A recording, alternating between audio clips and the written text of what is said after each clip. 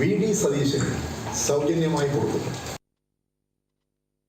EP. ജയരാജന് Rajeev ചന്ദ്രശേഖറുമായി business പങ്കാളിത്തമുണ്ടെന്ന ആരോപണം ആവർത്തിച്ച് പ്രതിപക്ഷ നേതാവ് വി.ഡി. സതീശൻ.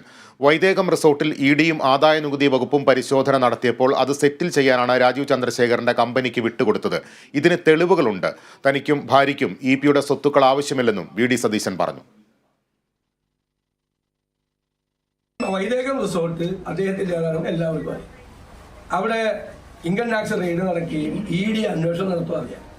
അപ്പോൾ ബുദ്ധിമാനായ ജയരാജൻ അത് സെറ്റിൽ ചെയ്യാൻ വേണ്ടിയിട്ട് BJP-കാരനായ കേന്ദ്രമന്ത്രിയായിട്ട് അതിനെ നടത്തി വിട്ടുകൊടുത്തു. അത് പറഞ്ഞാൽ ഞാൻ അദ്ദേഹത്തിന്റെ കുടുംബാംഗങ്ങൾക്ക് പങ്കില്ലെങ്കിൽ അദ്ദേഹത്തിന്റെ കുടുംബാംഗങ്ങളും എന്തിനാണ് ഈ നിരന്മയ റിസോർട്ടിന്റെ CEO അടക്കമുള്ള മിസ്റ്റർ മെച്ചാടോ അടക്കമുള്ള ആളുകൾ തമ്മിൽ ഒരുമിച്ച് ഫോട്ടോ എടുത്ത് പത്രത്തിലൊക്കെ വാർത്ത കൊടുത്തത്? ഇത് തമ്മിൽ മാനേജ്മെന്റ് കോൺട്രാക്ട് ഒപ്പിട്ടെന്ന് ഞാൻ തരാം. നിങ്ങൾക്ക് ആവശ്യമുണ്ടെങ്കിൽ ഞാൻ ആ ഫോട്ടോ തരാം.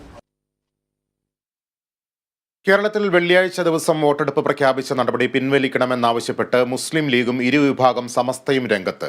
തെരഞ്ഞെടുപ്പ് മറ്റൊരു ദിവസത്തേക്ക് മാറ്റണമെന്നാവശ്യപ്പെട്ട് ജിഫ്രി തങ്ങളും ആലിക്കുട്ടി മുസ്ലിയാരും തെരഞ്ഞെടുപ്പ് കമ്മീഷന് കത്തയച്ചു.